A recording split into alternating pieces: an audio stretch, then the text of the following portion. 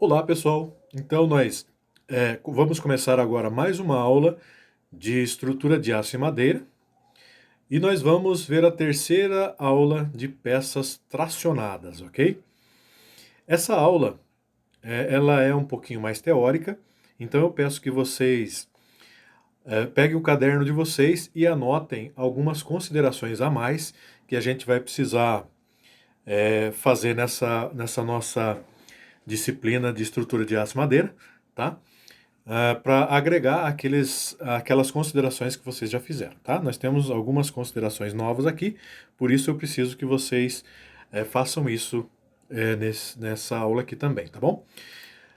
Bom, então é o seguinte, nós estamos falando de peças tracionadas, tá? Nós precisamos é, fazer algumas considerações com relação a isso, porque a gente vai precisar nos próximos exercícios e também lá na prática, quando vocês forem utilizar essas estruturas de aço, barras de aço, perfis de aço, enfim, né? E aqui tem uma consideração dizendo o seguinte: barras prismáticas submetidas à força axial, né, ou seja, a força de tração no eixo X, no dimensionamento deve ser atendido a essa condição aqui. Então eu tenho dois duas considerações aqui, né? O NTSD ou NTRD, ou às vezes pode aparecer só NSD ou NRD, tá? O NTSD, que é a minha força axial solicitante de cálculo, ela tem que ser menor do que o NTRD, que é a força axial resistente, tá? Do cálculo. Por quê? Porque essa força solicitante, né, seria aquela que está sendo exercida no meu perfil ou na minha haste de aço, tá? Vamos falar de perfil nessa aula, tá? No meu perfil de aço, tá? Essa força resistente seria a força ah, máxima que eu poderia encontrar no cálculo que esse meu perfil poderia resistir. Portanto, essa força axial solicitante no exercício, ela obviamente tem que ser menor do que a força resistente máxima de cálculo nesse meu perfil, certo? Por quê? Porque se eu tiver uma força solicitante de cálculo maior do que a força resistente do meu perfil, nesse cálculo a barra não suporta essa força solicitante. Por isso que ela tem que ser menor do que a força resistente, tá? Bom, então continuando aqui, mais uma consideração da força axial resistente de cálculo. Então essa força axial de tração resistente de cálculo, ou NTRD, a ser usada no dimensionamento, exceto para barras redondas com extremidades rosqueadas e barras ligadas por pino, é menor, né, é o menor dos valores obtidos, de acordo com as expressões a seguir, o que a gente já considerou e algumas considerações a seguir aqui. Então, olha só. A primeira consideração seria que, para o escoamento da seção bruta, né, eu tenho essa equação aqui. O NTRD é igual a essa parcela da equação, onde o AG é a área bruta da seção transversal. Tá? O que seria a área bruta da seção transversal? Seria, não desconsiderando os furos, tá? Seria a área total, a área bruta da seção. O FY seria a resistência ao escoamento, né?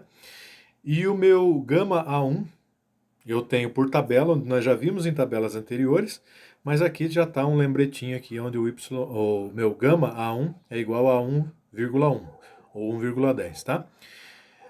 Aqui seria a letra B, né? Para a ruptura da seção líquida, o NTRD, é essa outra parcela aqui, onde o AE seria a área líquida da seção transversal, onde eu considero a seção transversal descontando os furos feitos pelos parafusos, né, que vão ser usados nas ligações desse perfil de aço. O FU seria a resistência à ruptura do aço, e o gama A2 é, segundo a tabela, 1,35, tá bom? Aqui eu tenho a tabela dos meus gama, né? O gama A1 e o gama A2, seria os coeficientes de ponderação das equações. Nós já vimos isso em aulas anteriores, mas aqui vamos né, relembrar isso daqui. Em condições normais, o escoamento a flambar estabilidade 1.10, 1.1 e de ruptura 1.35. Especiais ou de construção, a mesma coisa. E em situações excepcionais, seria 1,0 ou 1,15, tá? Então isso aqui a gente já tinha visto, mas só para relembrar. Área líquida efetiva. Então, para eu encontrar a área líquida efetiva, essa daqui seria o meu AE, né? É igual ao CT vezes o AN, onde o AN seria a área líquida da minha barra, nós já consideramos isso anteriormente, né? Que seria a área líquida é a área da seção descontando a furação dos parafusos, e o CT, que a gente viu na aula anterior como C1, né? Também pode ser encontrado assim, seria o coeficiente de redução da área líquida. Uma consideração: em regiões com furos feitos para ligação ou para qualquer outra finalidade, a área líquida, ou AN, da barra é a soma dos produtos da espessura pela largura líquida de cada elemento calculado, como segue na sequência. Então, como que a gente faz isso? Primeira consideração: em ligações parafusadas, a largura dos furos deve ser considerada de 2 milímetros maior que a dimensão máxima desses furos. Tá? Efeito de punção sobre a chapa durante a furação. Então, nós vimos isso na primeira aula de considerações sobre peças tracionadas, né? Que a gente tem que acrescentar 2 milímetros ao furo, né? Que a gente considerou, que seria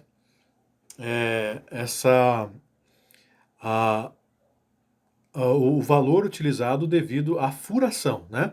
Que seria essa diferença entre o furo realmente produzido na hora da furação e os defeitos proporcionados, né, pelo próprio furo. Então a gente acrescenta 2 milímetros aí, tá? Letra B. No caso de uma série de furos distribuídos transversalmente ao eixo da barra, em diagonal a esse eixo, ou em zigue-zague, ou seja, quando eu tenho vários furos, né, na chapa ou no meu perfil produzidos, né, vários furos produzidos ali para fixação, a largura líquida dessa barra deve ser calculada deduzindo-se da largura bruta, tá, ou a seção total, né, a área da seção total, a soma das larguras de todos os furos em cadeia, tá? Então eu tenho que somar os furos, né? E somando-se para cada linha, ligando-se 2 furos, a quantidade, esta parcela aqui, ó. S ao quadrado dividido por 4G, onde a gente já viu em aula anterior, mas só relembrando também. Sendo que o S seria os espaçamentos longitudinais e o G, o espaçamento transversal ou gabarito entre esses 2 furos. Então aqui eu tenho uma representação, aqui, né, eu tenho aqui minha força de tração, e o S seria aqui a distância entre um furo e outro, nesse sentido, e o G seria transversalmente aqui, nesse sentido, ok? Próxima consideração: a largura líquida crítica daquela parte da barra será obtida pela cadeia de furos que produza a menor das larguras líquidas para as diferentes possibilidades de linhas de ruptura, tá? Então eu tenho várias possibilidades em um perfil aqui de linhas de ruptura. Por exemplo, se eu considerar aqui, ó, seria uma possibilidade de linha de ruptura, tá? Então é isso que ele está falando nessa letra C. A próxima consideração: para cantoneiras, o gabarito G, que é essa distância transversal aqui entre os furos, né? Em abas opostas deve ser considerada igual à soma dos gabaritos medidos a partir da aresta da cantoneira subtraída pela sua espessura. Certo? Mais uma consideração aqui. E a consideração E, na determinação da área líquida de seção que compreende soldas de filete em furos, a área do metal da solda deve ser desprezada, então a gente não precisa levar em consideração, né? Continuando, vamos falar sobre o coeficiente de redução, então, que a gente precisa considerar nos nossos perfis, né? Então, a primeira consideração a ser feita aqui, lembrando, né, que o coeficiente de redução é o CT, na aula anterior a gente chamou de C1, né? E que diz o seguinte: quando a força de tração for transmitida diretamente por cada um dos elementos da seção, por soldas ou parafuso, então o meu coeficiente de redução é igual a 1, tá? Porém, quando a força de tração for transmitida somente por soldas transversais, o meu coeficiente de redução vai ser o AC sobre o AG, lembrando que AC é a área de seção transversal dos elementos que estão conectados ali, certo? Bom, seguindo, nas barras com seções transversais abertas, quando a força de tração for transmitida somente por parafusos ou somente por soldas longitudinais da seção transversal, então eu preciso considerar o meu CT sendo 1 menos EC menos LC, sendo que o EC é a excentricidade da ligação e o LC é o comprimento efetivo da ligação nas ligações com soldas, igual ao comprimento da solda na direção da força axial. Nas ligações parafusadas, ela é igual à distância do primeiro ao último parafuso, certo? De furação com maior número de parafusos na direção da força axial. Lembrando que